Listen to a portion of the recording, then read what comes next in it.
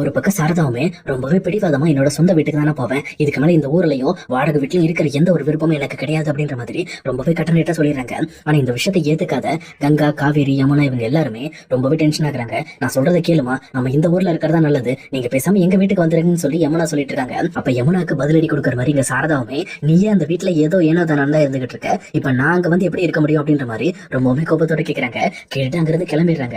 அதே நேரத்துல இன்னொரு பக்கம் இதை கேட்டுட்டு இருந்த காவேரிக்குமே, அம்மா இந்த ஊரை விட்டு போறதுக்கு அனுமதிக்க கூடாது, நம்ம இதே ஊர்ல இருந்து சாதிச்சு காட்டணும் அப்படின்ற மாதிரி கங்கா கூப்பிட்டு பேசிட்டு இருக்காங்க.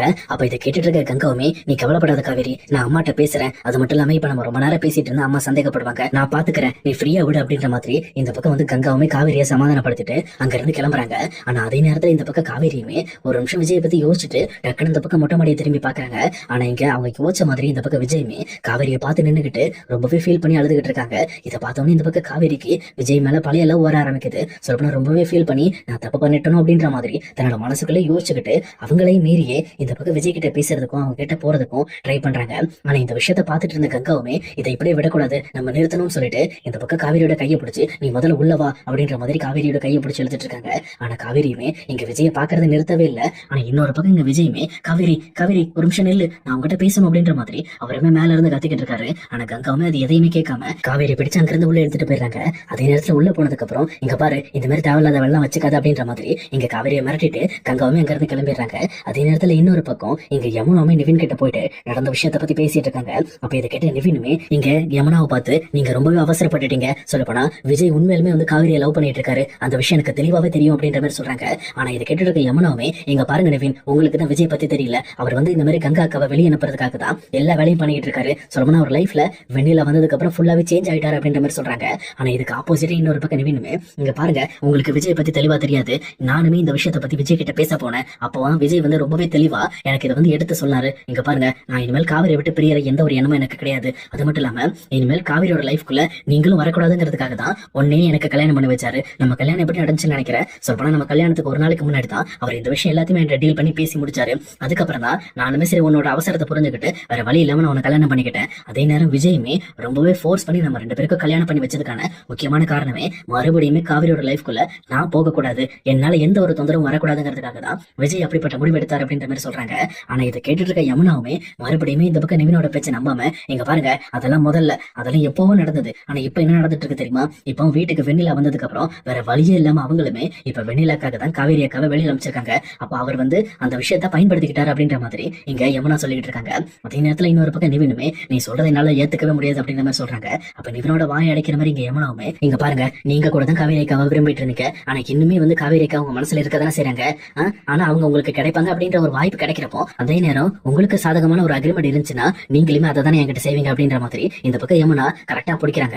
அதை கேட்டவுடனே நவீனுமே சரி வேற எது பேசுறதுன்னு தெரியாம அவருமே சைலண்ட் ஆயிடுறாரு. அதே நேரம் யமுனாவுமே, நம்ம எங்க அம்மாவை இந்த பக்கம் நம்ம வீட்டு கூட்டிட்டு வந்துருமா அப்படின்னு சொல்லி கேட்கறாங்க. ஆனா நவீனுமே இந்த விஷயத்த ரொம்பவே தெளிவா யோசிச்சு பார்த்துட்டு, இங்க பாரு யமுனா, கண்டிப்பா அது வேலையே ஆகாது, உண்மையை சொல்ல போனா இப்ப உங்க அம்மாவை இங்க கூட்டிட்டு வந்தா எங்க அம்மாவோட பிரச்சனை தாங்க முடியாது, அவங்க தேவையில்லாம உங்க அம்மாவை கஷ்டப்படுத்திட்டு இருப்பாங்க, ஏற்கனவே இங்க காவிரியோட விஷயத்துல உங்க அம்மா ரொம்பவே கஷ்டப்பட்டிருப்பாங்க, அதனால நான் வேற ஒரு ஐடியா பண்றேன், சொல்ல போனா அவங்க இந்த சென்னை விட்டு போகாத மாதிரி இங்கேயே இருக்கிற மாதிரி நான் ஒரு வீடு பாக்குறேன் அப்படின்ற மாதிரி இந்த பக்கம் நவீன் ஒத்துக்கிறாங்க. அதே நேரம் இன்னொரு பக்கம் இங்க வீட்டுல இருக்கிற குமரனுமே, கண்டிப்பா இப்ப நம்ம டைலர் கடையெல்லாம் விட்டுட்டு வர முடியாது, நம்ம சென்னையில இருக்கிறதுனால மட்டும்தான் இப்ப காம்படிஷன்லாம் நாங்க இந்த மாதிரி வந்து கலந்துக்க முடியுது, அதே நேரம் எனக்கு ஒரு நல்ல வாழ்க்கை கிடைக்க போகுது அப்படின்ற மாதிரி சாரதாட்ட சொல்லி ஒரு வழியா சாரதாவோட மனசையும் மாத்திடுறாங்க. அதுக்கேற்ற மாதிரி இங்க நிவினுமே அவங்களுக்கு தெரிஞ்ச இடத்துல ஒரு வீடை பார்த்துட்டு இங்க குமரன் வீட்டுக்கு வராங்க. வந்தது மட்டும் இல்லாம அங்க இருக்க குமரன் டைமே, ப்ரோ நான் இந்த மாதிரி ஒரு வீடு பாத்திருக்கேன், எவனா என்கிட்ட சொல்லியிருந்தா அப்படின்ற மாதிரி சொல்றாங்க. ஆனா குமரனுமே கொஞ்சம் கடுப்போட தான் நிவின் பேசிட்டு இருக்காங்க. ஏன்னா நிவினுக்கு தெரிஞ்ச விஷயத்த இந்த பக்கம் குமரன் அவர் சொல்லாம இருந்ததுனால அவருமே ரொம்பவே வந்து டென்ஷன் ஆயிட்டாரு. வேற வழி இல்லாம இந்த பக்கம் கோவப்பட்டு இருக்காங்க. அப்ப கரெக்டா நிவினுமே, இங்க பாருங்க ப்ரோ, நீங்க என் மேல கோவப்படுறதுக்கு என்ன அர்த்தம்னு எனக்கு தெளிவா புரியுது, ஆனா இந்த விஷயத்துல நீங்க எல்லாரும் ரொம்ப அவசரப்பட்டு முடிவு எடுத்துட்டீங்க அப்படின்ற மாதிரி பேசிக்கிட்டு இருக்காங்க. ஆனா இதை கேட்ட குமரனுமே, இங்க பாருங்க நாங்கெல்லாம் ஒன்னும் அவசரப்படல, சொல்லப்போனா ஆல்ரெடி விஜய் தான் காவேரி வீட்டை விட்டு வெளியில அனுப்புறதுக்காக தெளிவான ஐடியாவோட தான் இருந்தாரு, அதுக்கப்புறம் தான் இந்த பக்கம் காவேரி வெளியில வந்தா அப்பதான் நாங்க வந்து சண்டை போட ஆரம்பிச்சோம் அப்படின்ற மாதிரி இங்க குமரன் சொல்லிக்கிட்டு இருக்காங்க.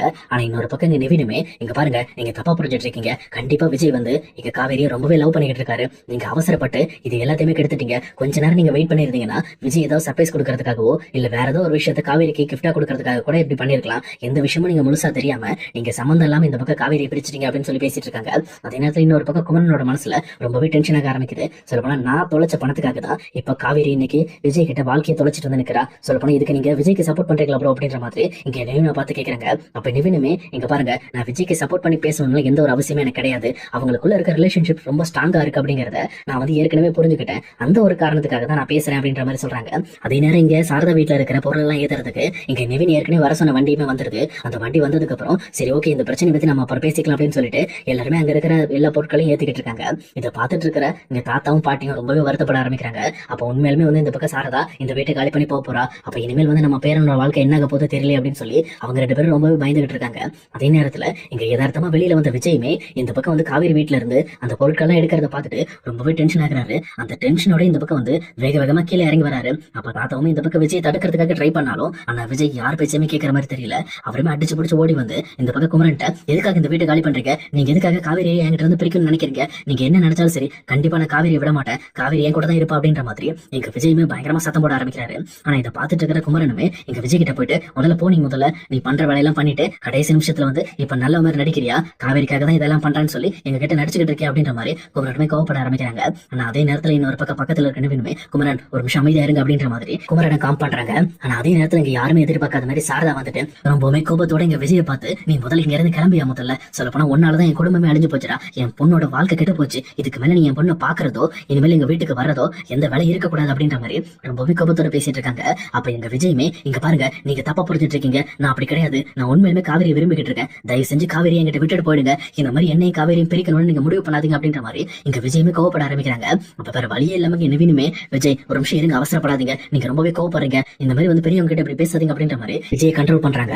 ஆனா விஜயுமே இது எதையுமே கேட்காம, இல்ல நான் கண்டிப்பா காவேரி இல்லாம இந்த இடத்த விட்டு போக மாட்டேன் அப்படின்ற மாதிரி பயங்கரமா அடம் பிடிச்சிட்டு இருக்காங்க. அதே நேரம் இங்க நிவினை பார்த்து, இங்க பாருங்க நிவின், நான் காவேரி எவ்வளவு லவ் பண்றாங்கிறது உங்களுக்கு தெரியும் தானே, சொல்லப்போனா உங்ககிட்ட எல்லா விஷயத்தை பத்தி நான் பேசியிருக்கேன்ல, அப்ப எதுக்காக நீங்களும் என்ன நம்ப மாட்டேங்க அப்படின்ற மாதிரி இந்த பக்கம் நிவின் கிட்ட விஜய் கேள்வி கேட்கிறாங்க. அப்ப கரெக்டா நிவினுமே, இங்க பாருங்க விஜய், நீங்க சொல்ற எல்லாத்தையும் நான் ஏத்துக்கிறேன், ஆனா இப்ப இருக்க சுச்சுவேஷன்ல இந்த பிரச்சனையை பத்தி நம்மளால பேச முடியாது, முதல்ல நீங்க அமைதியா இருங்க, ஆட்டோமேட்டிக்கா எல்லாம் நல்லது நடக்கும், நான் சொல்றேன் கேளுங்க அப்படின்ற மாதிரி இங்க நிவினுமே ஒரு வழியா இங்க விஜயை சமாதானப்படுத்தி வீட்டுக்கு அனுப்பி வைக்கிறாரு. அதே நேரத்துல இன்னொரு பக்கம் இங்க சாரதாவுமே எந்த ஒரு காரணத்தை கொண்டும் இனிமேல் இவன் வாழ்க்கைக்குள்ள என் பொண்ணு போவே கூடாது, இவன் வாழ்க்கைக்கு போய் என் பொண்ணோட வாழ்க்கை கெட்டு போச்சு அப்படின்ற மாதிரி சாரதா ரொம்பவே டென்ஷனோட அழுதுகிட்டே வீட்டுக்குள்ள போறாங்க. அதே நேரத்துல வீட்டுல இருக்கிற எல்லா ஜாமா சட்டை எல்லாத்தையும் ஏத்தினதுக்கு அப்புறம் ஏத்திட்டு கரெக்டா அவங்களுக்கு அங்க இருந்து கிளம்புறதுக்காக தயாராகிறாங்க. அப்ப கரெக்டா சாரதாவுமே இந்த சாவியை முதல்ல அவங்க மூஞ்சில தூக்கி எறிஞ்சிட்டு வாங்க அப்படின்ற மாதிரி இங்க குமரன் கையில கொடுக்குறாங்க. ஆனா குமரன்ட்ட வந்த காவேரியுமே, அம்மா இந்த சாவியை நான் தான் கொண்டு போய் கொடுக்கணுமா அப்படின்ற மாதிரி சொல்றாங்க.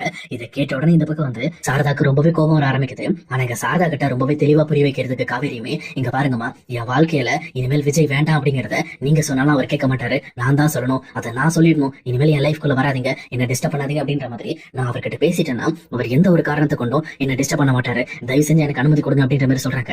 அப்ப கரெக்டா இந்த விஷயத்தை பார்த்த கங்காவுமே, அம்மா காவேரி சொல்றது கரெக்ட் தாமா, தயவு செஞ்சு அங்க அனுப்பிச்சு விடுங்க அப்படின்ற மாதிரி சொல்றாங்க. அதுக்கப்புறம் எதையுமே பேசாம இங்க சாரதாவுமே அந்த சாவி எடுத்து காவேரி கையில கொடுக்குறாங்க. காவேரியுமே அந்த சாவி எடுத்துக்கிட்டு அது மட்டும் இல்லாம தன்னோட பேக்கையும் எடுத்துக்கிட்டு டேரக்டா இங்க விஜயோட வீட்டுக்குள்ள போறாங்க. போனது மட்டும் இல்லாம இங்க தாத்தாவும் பாட்டியும் பார்த்து லைட்டா ஃபீல் பண்ண ஆரம்பிக்கிறாங்க. அப்ப கரெக்டா இங்க காவேரி வந்ததை பார்த்த விஜயுமே பயங்கரமா ஷாக் ஆயிட்டு, தாத்தா நான் சொன்னல காவேரி கண்டிப்பா என்ன தேடி வருவா, எப்பவுமே என்ன விட்டுட்டு போக மாட்டான்னு சொன்னல, பாத்தீங்களா என்ன தேடி வந்துட்டா அப்படின்ற மாதிரி இங்க விஜய் பயங்கரமா அழுதுகிட்டு காவேரி கிட்ட போறாங்க. ஆனா இங்க தாத்தாவுமே, இங்க பாரு விஜய், ஒரு நிமிஷம் அமைதியாரு, காவேரி உண்மையாலுமே வந்து இங்க இருக்கதான் வந்திருக்காள் அப்படிங்கிறது உனக்கு தெரியாது, ஒரு நிமிஷம், ஏன்னா அவளோட முகத்துல எந்த ஒரு சிரிப்பும் இல்ல, எந்த ஒரு உணர்ச்சி இல்லாம இருக்கா, ஒரு நிமிஷம் அமைதியாருன்ற மாதிரி விஜய் கண்ட்ரோல் பண்றாங்க. ஆனா எங்க தாத்தா சொன்னது மாதிரி இங்க காவேரியுமே, ஆமா தாத்தா நீங்க சொன்னது சரிதான், இதுக்கு மேல இது என்னோட வீடு கிடையாது, இந்த வீட்டுல என்னால வாழ முடியாது, அது மட்டும் இல்லாம என்னால விஜய் கூடயும் சேர முடியாது, இவ்வளவு நாளா நான் விஜய் மேல உண்மையான அன்பு வச்சிருந்தேன், ஆனா அந்த அன்பு அவருக்கு புரியவே இல்லை, எப்பவுமே என்ன கஷ்டப்படுத்திக்கிட்டே இருந்தாரு, இதுக்கு மேல என்னால இந்த வீட்டுல இருக்க முடியாது, அதனாலதான் கிளம்புறதுக்கு முன்னாடி உங்க எல்லாரையும் பார்த்துட்டு நாங்க இவ்வளவு நாளா தங்கி இருந்த அந்த வீட்டு சாவி கொடுத்துட்டு போலான்னு வந்தேன் அப்படின்ற மாதிரி இந்த பக்கம் வந்து காவேரியுமே அந்த வீட்டு சாவி எடுத்து நீட்டுறாங்க. இதை பார்த்தோன்னே இந்த பக்கம் விஜய்க்கு என்ன பேசுறதுன்னே தெரியல, பயங்கரமா கண்ணுல இருந்து தனியா ஊத்திக்கிட்டு இருக்கு. காவேரி நீ என்ன தப்பா புரிஞ்சுக்கிட்டு இருக்க அப்படின்னு சொல்லி பேச வரும்போதே இங்க காவேரி விஜய் பேசுறதை நிறுத்திட்டு, இங்க பாருங்க விஜய், இவ்வளவு நாள் நான் தப்பா புரிஞ்சுட்டு இருந்தேன், ஆனா இப்பதான் நான் சரியா புரிஞ்சிருக்கேன், இதுக்கு மேல என் குடும்பத்துக்காக நான் வாழணும்னு நினைக்கிறேன், தயவு செஞ்சு என்ன தொந்தரவு பண்ணாதீங்க, என்ன அமைதியா விட்டுருங்க அப்படின்ற மாதிரி இங்க காவேரியுமே வேற வழியே இல்லாம மன வெறுத்து போய் இங்க விஜயை ஒதுக்கி தள்ளிட்டு அங்க இருந்து வெளியில கிளம்புறாங்க. இதை பாத்துக்கிட்டு இருக்கிற விஜய்க்குமே என்ன பண்றதுன்னே தெரியல, அவருமே அப்படியே வந்து ரொம்பவே இடிஞ்சு போயிட்டு அப்படியே கீழே உட்காந்துறாரு. அதே நேரத்துல இதை பார்த்துட்டு பயங்கர சந்தோஷத்தோட ராகினியுமே, அப்பா நம்ம நினைச்சதெல்லாம் நடந்துருச்சு, அவளே வந்து சாவியை கொடுத்துட்டு எஸ் ஆயிட்டா, இதுக்கு மேல எந்த தொந்தரவும் இருக்காதுப்பா இந்த வீட்டுல அப்படின்னு அவங்க ஒரு பக்கம் நினைச்சுக்கிட்டு இருக்காங்க. அதே நேரத்துல இங்க யாருமே எதிர்பார்க்காத மாதிரி இங்க பயங்கரமா கோணி குறுகி உட்காந்து அழுதுட்டு இருக்கிற விஜய் பக்கத்துல சம்மந்தமே இல்லாம வெண்ணிலா வந்து இங்க விஜய்க்கு ஆறுதல் சொல்லிட்டு இருக்காங்க. சொல்ல போனா வெண்ணிலாக்கு இங்க என்ன விஷயம் நடந்துட்டு இருக்குன்னு கூட தெரியாது, பட் அவங்களோட மனசுல இங்க விஜய் கஷ்டப்பட்டு இருக்காரு அப்படின்ற விஷயம் மட்டும் உறுதி இருக்கு. அதனாலதான் இங்க வெண்ணிலாவுமே விஜய் பக்கத்துல வந்து அவங்களுக்கு ஆறுதல் சொல்ற மாதிரி இந்த பக்கம் அவங்கள லைட்டா ஹக் பண்ணிட்டு அவங்க பக்கத்துல உட்காந்துட்டு இருக்காங்க. இதை பார்த்துட்டு இருக்க தாத்தா பாட்டிக்குமே என்ன பண்றதுனே தெரியல. ஆனா இப்ப லைட்டா ரோகிணிக்கு தான் கொஞ்சம் வந்து கடுப்பாக ஆரம்பிக்குது. சொல்லப்போனா ஏற்கனவே ஒருத்தைய வீட்டை விட்டு அமைச்சிட்டோம், இப்ப இவ ரெண்டாவது ஆளா அப்படின்ற மாதிரி கொஞ்சம் டென்ஷனோட இந்த பக்கம் வந்து வெண்ணிலாவை பத்தி யோசிக்க ஆரம்பிக்கிறாங்க.